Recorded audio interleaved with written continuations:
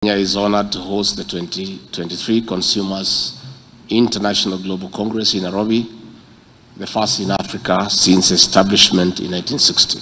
This is an important conversation taking place in Kenya when great progress is being made globally in protection of consumers. Harmonization of the consumer protection laws is key for unified application in various jurisdictions. The digital evolution is changing how we do business, enhancing customer experience. The online experience can only be sustained if we, the policymakers and influencers, go a step ahead of threats and traps in e-commerce, including financial fraud, ransoms, among others. M-Pesa mobile service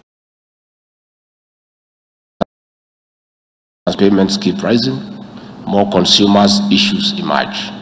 Relevant laws must be aligned to meet the demands of such developments. Further, adoption of artificial intelligence to track, arrest, and suppress the networks of consumer exploitations across the world cannot be gainsaid. Integration of such technology in consumer protection mechanisms is an assured way of effectively delivering on your mandate beyond the borders in a complementary manner.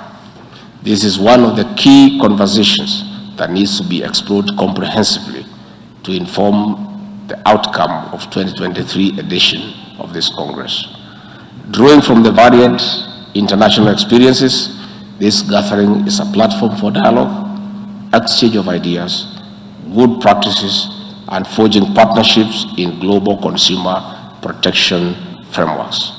On this note, I again express my gratitude to Consumers International for choosing Nairobi for this significant event. The outcome will have a lasting impact on the global consumer protection landscape. It is now my pleasure to declare the 2023 Nairobi edition of the Consumers International Global Congress officially open. Thank you.